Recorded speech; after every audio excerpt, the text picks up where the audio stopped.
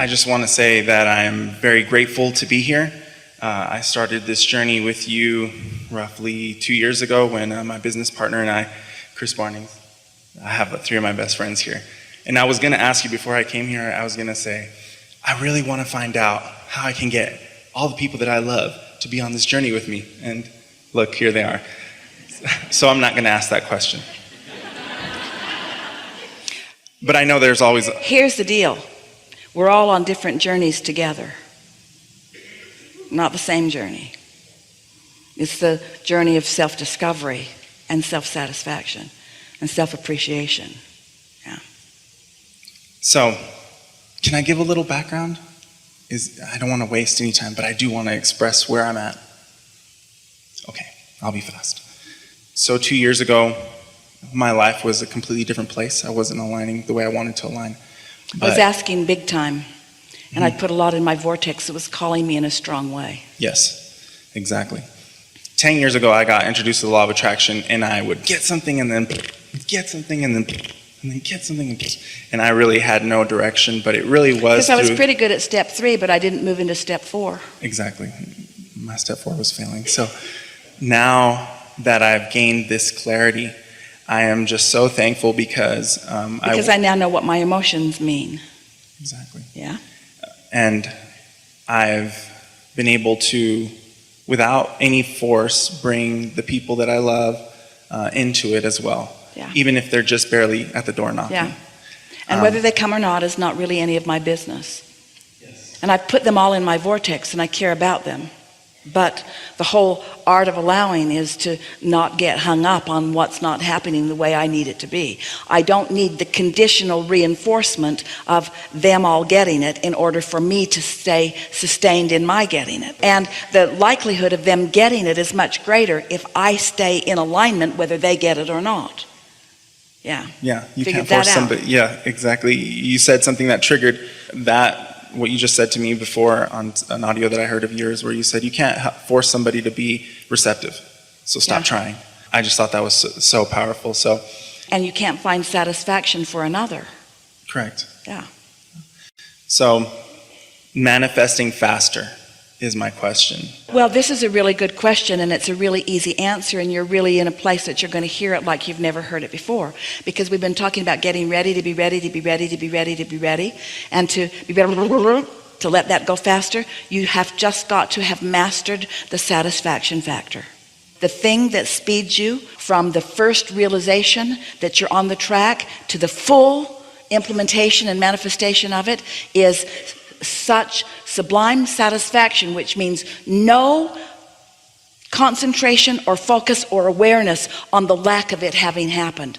Oh, that's so big. So knowing of the process of it becoming that it does not matter whether it has become or not, because it has vibrationally become, and that's enough for me. I don't need the proof of the manifestation. When you get there, see, I told you. That's it, isn't it? But that takes a little practice, doesn't it? Because it takes a little bit of you being able to consciously make the association between the way you were focused and the way you felt and what happened next. When you make that association, it's like Esther coming out of meditation and feeling really in a strong way that she wanted to move some furniture around in her house. And knowing that she was not going to move it around, so the next idea that came was call somebody that could help her. So she looked on the internet and found a company and called, and 2 really beautiful young people showed up. But before that had even occurred, the day before that, Esther had come out of meditation and realized that she had not been operating the sound system in the house. And so just the impulse to do that. But before that, something else, always getting ready to be ready to be ready to be ready.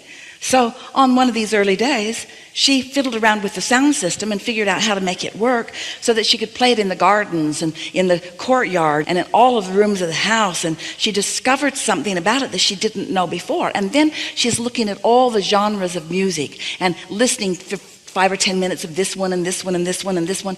And then she found the rap station and she thought, ooh, I wonder how I will feel about that. And as she allowed herself to listen, she felt the movement of it and the energy of it and the enthusiasm of it. And she really, really liked it. And she turned it up really, really loud and moved all through the place, just sort of moving to the movement of it. And it was so exhilarating and so satisfying. As far as she knew, that was what that was all about. It was for that satisfaction that got bigger and bigger and bigger and bigger and bigger. And then the next day, she gets another idea, not even related to any of that, to move some furniture around and call some people. And when they came, they were impressed with what she had created around her.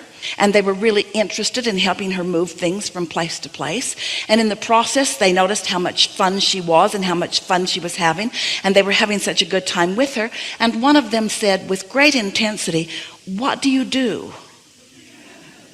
Well, the setup for that, before that came, in other words, the getting ready to be ready, to be ready, to be ready, to be ready, Esther had said, "It is the most beautiful day." And they said, "Yes, it is." And Esther said, "I love this weather." And they said, "We do too." And Esther said, "I am so happy that we all live here." And they said, "We do too." And one of them said, "I'm moving to Alabama." And Esther said, "Why?" And he said, "Because I am a rapper and I have some things going out there." And Esther said, "Hang on a minute." And she went in, pushed the button, and here comes rap. Loud, and all through the gardens and all through the courtyards and all through the house.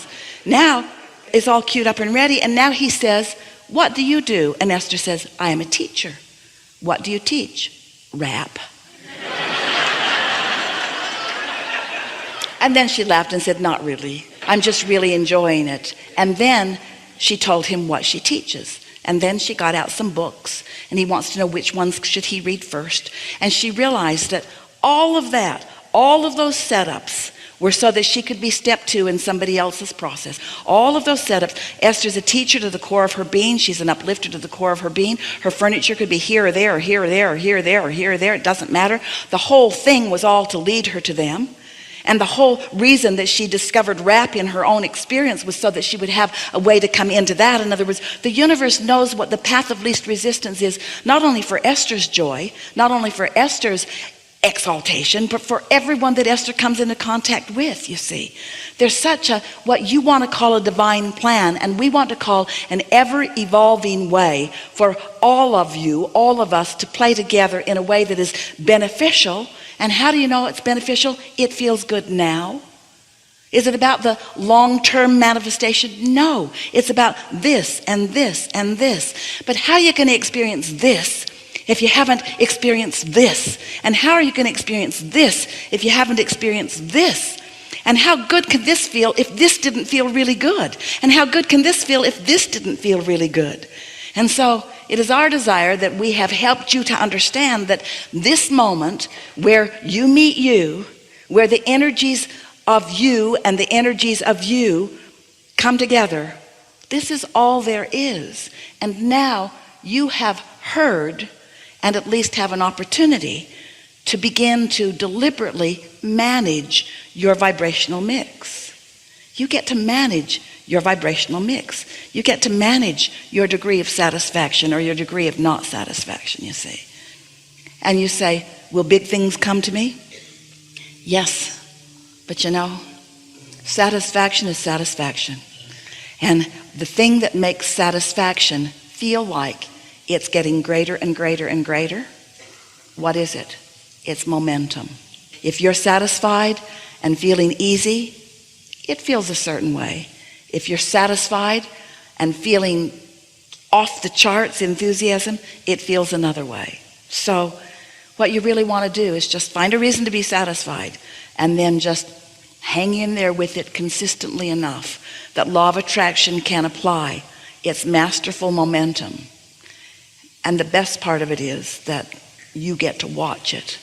You get to realize it. You get to interpret it. You get to live it. You get to realize it. It's being projected to you all the time. The question is, are you in the receiving mode of it? We've enjoyed this. We feel satisfied in this unfolding. Do you? Yes. And we feel eager about what's coming while satisfied with what is. And that's the key. satisfied with what is and eager for more. Satisfied, eager not in a lackful sense that we need it, eager in a knowing sense that it's coming for sure.